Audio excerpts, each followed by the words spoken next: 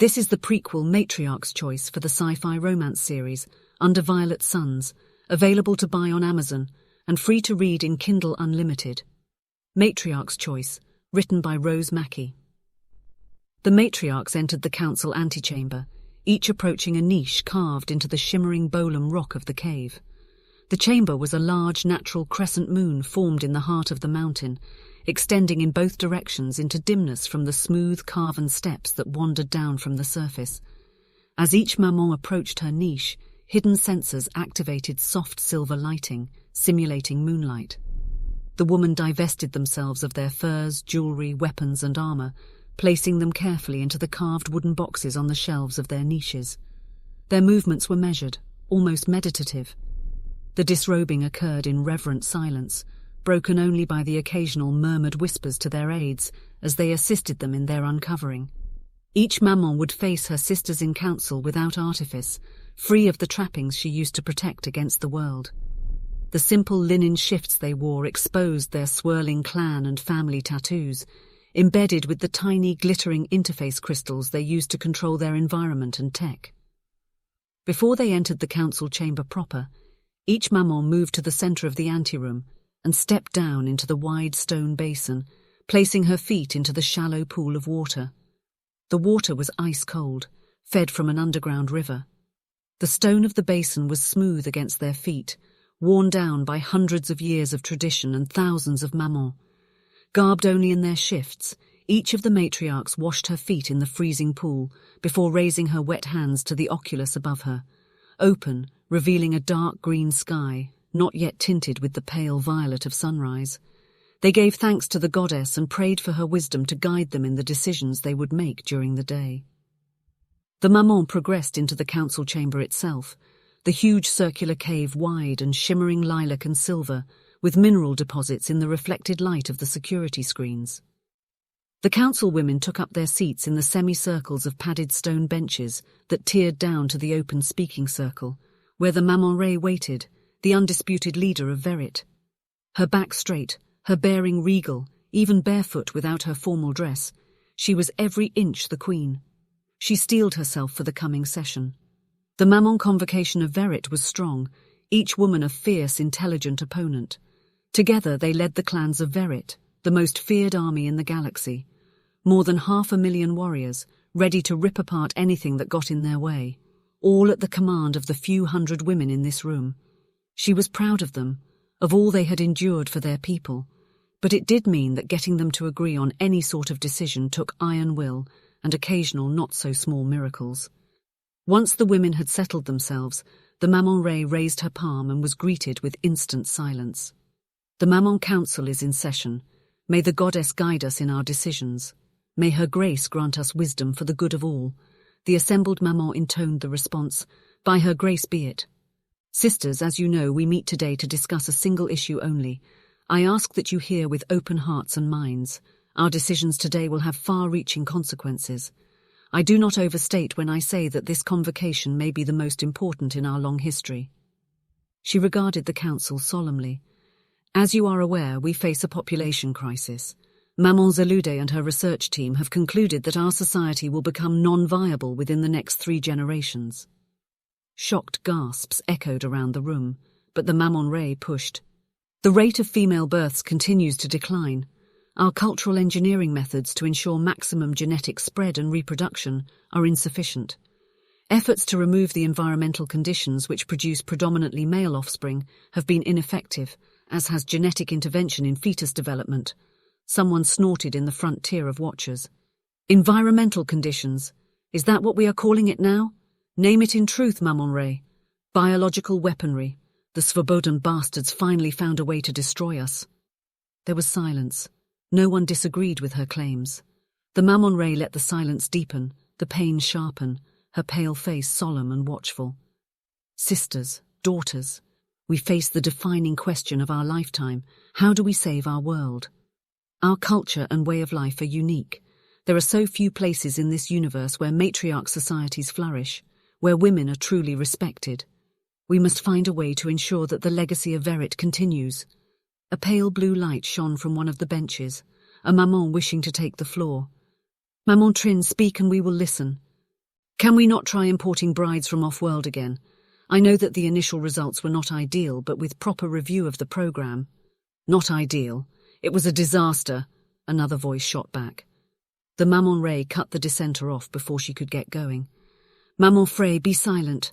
Trin has the floor. She turned back to the first speaker. Continue, Trin. I know it was not ideal, but if we were to choose the brides more carefully, perhaps we could avoid the cultural contamination we experienced before. The dissenter, Maman Frey, shot to her feet and marched to the circle's edge, a ball of fury. Cultural contamination! They led an armed rebellion. Thousands of males died. We had to re-educate thousands more. Hundreds of boys were relocated to other clans to prevent it taking root. We lost 5 Maman, 3 of them only, lass.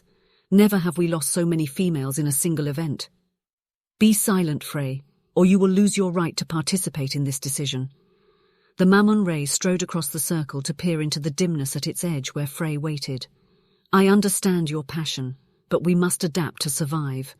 She held Frey's eyes for a long moment until the other woman was forced to look away. Her apparent capitulation did not fool the Mammon Ray.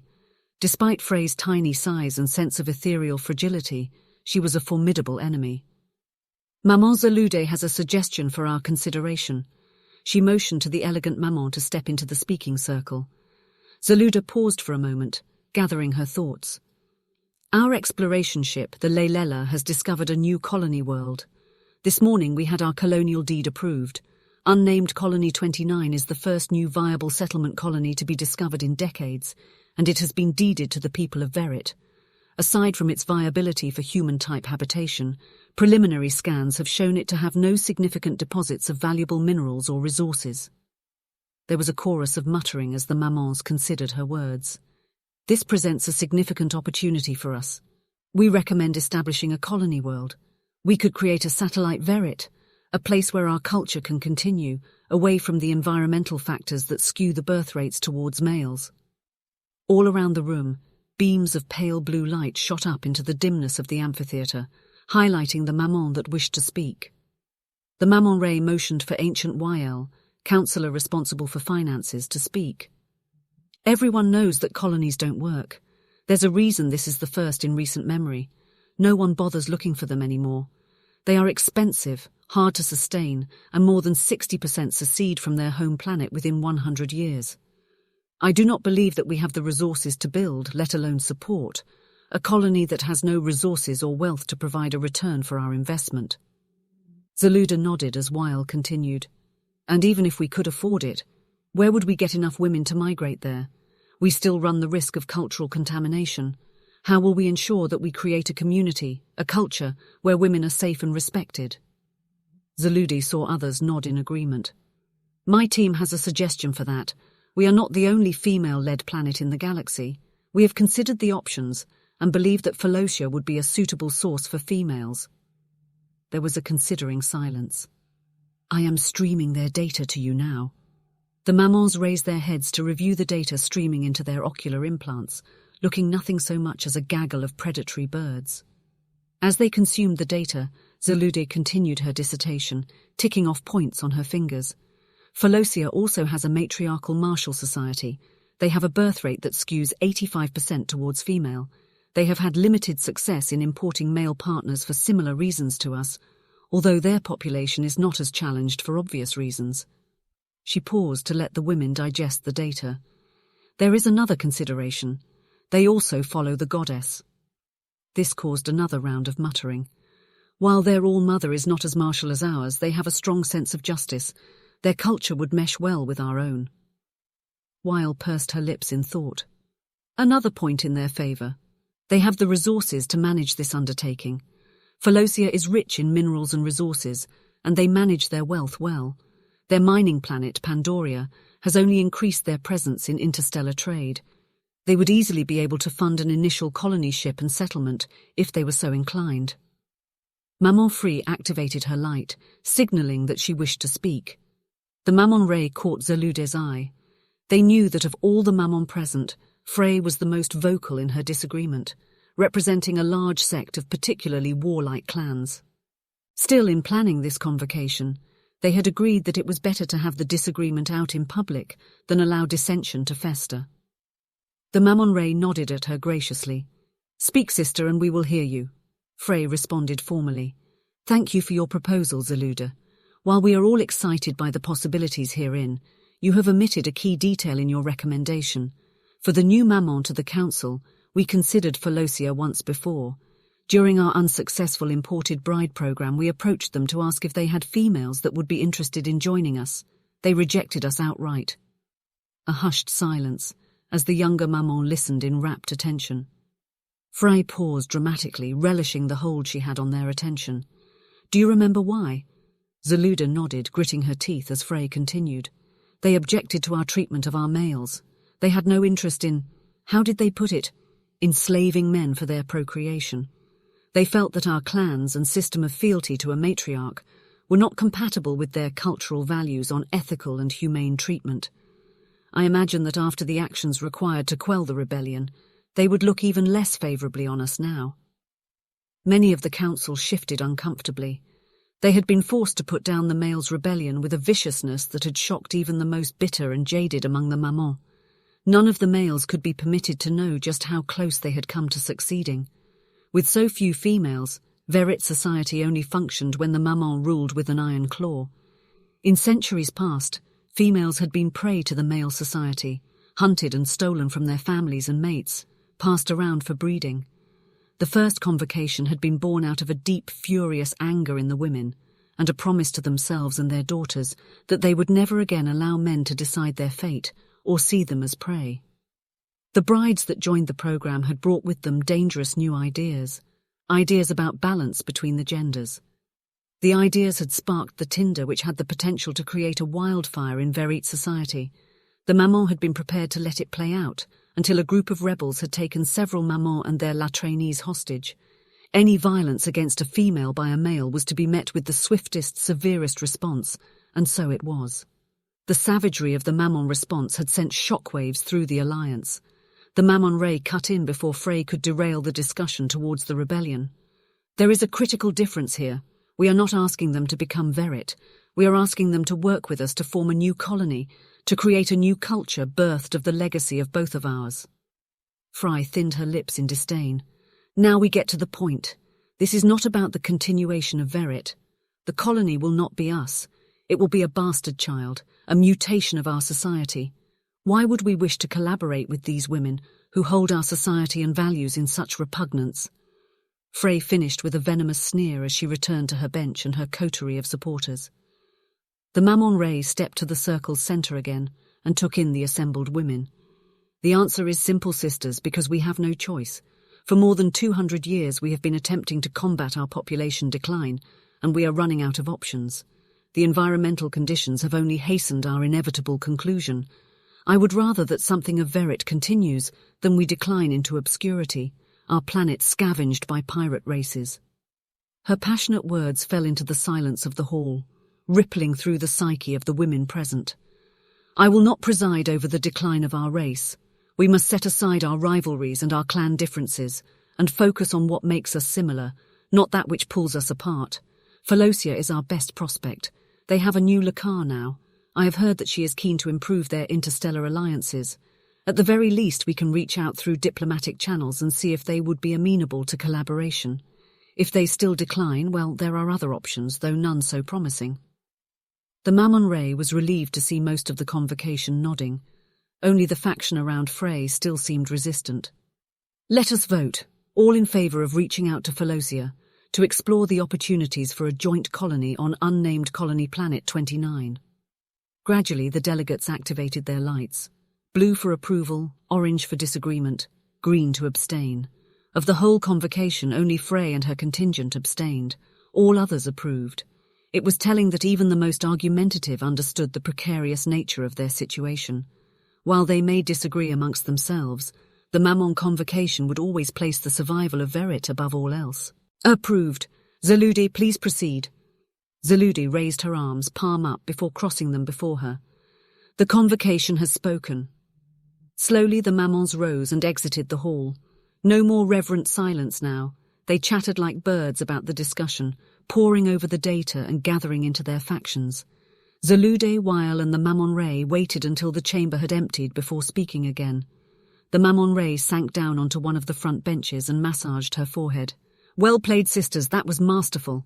Zaludi and Weil nodded, Zaluda slumping down to sit cross-legged on the floor next to the bench. The discussion had gone exactly as planned. Weil smiled grimly. Frey played her part to perfection, although I have to admit that I thought she'd gone rogue for a minute in the middle there. Still, we achieved our aim. The isolationist faction was heard and will now participate. We may need to concede that the Mammon assigned to the colony will be an isolationist, but we'll deal with that when we come to it. The Mammon Ray turned to Zalude. "When will the proposal go to the Falosians?" "Tomorrow after lunch I am meeting with Sadai Amira, the Falosian Alliance delegate. I am cautiously optimistic. In our initial discussions, she has seemed most reasonable." They turned collectively at the sound of a scuff and paused as a tall male walked in, his silver hair glinting gently in the dim light. As with all Verit warriors, he was a giant bear of a man coloured in silver and grey. Despite his middle years, he carried himself with a regal bearing. He went straight to where the Mammon Ray sat on the bench and knelt before her. "My lady, are you well?" She placed her hand on his arm as he looked up at her. "I am, Vilun. I am relieved that the convocation saw sense." "Did the vote go in your favour then?" She nodded, and Zalude took up the thread of conversation, flashing a wide smile that did nothing to hide her fatigue. This one meeting had been weeks in the planning. It had been too important. Nothing had been left to change. "It went well. The Mammon Ray played them masterfully. The convocation has approved petitioning Falosia to form a joint colony." He rose to his feet, buoyed by optimism. "My brothers in arms will be delighted. You will be overwhelmed with volunteers. Have you thought of which clan will go first?" "We had to give Frey something to secure her support. Her Dathalka clan will be first. They have nearly 50,000 males in their prime. For most of them, the thought of a mate is a distant dream. To know that they have the opportunity to secure a mate for their own that they will never have to share, they will be highly motivated for the colony to succeed." It was a serious fear. The riots from the disastrous imported bride program had stemmed in part from males fearing that their chance to win a mate would pass them by. Weil added, "Lucius is the first warrior of the Dathalka clan. He will go to control and protect his brothers." Vilun frowned. "But who will control Lucius? There is good reason for him never having secured a Mammon mate, despite his bloodline and warrior prowess." The Mammon Ray sighed again. "We will. I have told Frey that his youngest blood brothers will be transferred to the Convocation Citadel under my care until the colony is settled. That should ensure his good behaviour." Vilun spun around in surprise regarding her. They had been together for a decade, an unheard-of length of time for a Mammon mating. He knew her to be both ruthless and fair. They had only been permitted to stay together as their pairing had produced an astonishing 3 daughters in a decade. Still this. Starting a new colony designed to bring balance back to our society by taking hostages is not the best message to send. She reached out and snagged his sleeve as he sought to walk away from her again. "I understand, warrior, truly I do. But we cannot change so much so quickly. The leash held by the Mammons is all that stands between the red blood rage of our warriors and civilization. And whose fault is that, Mammon Ray? Who gave us the red rage?" The other women looked away at the accusation in his voice. Only the Mammon Ray held his gaze. "We cannot dismiss the actions of our foremothers. We know they felt that they had grave need to engineer the warriors as they are.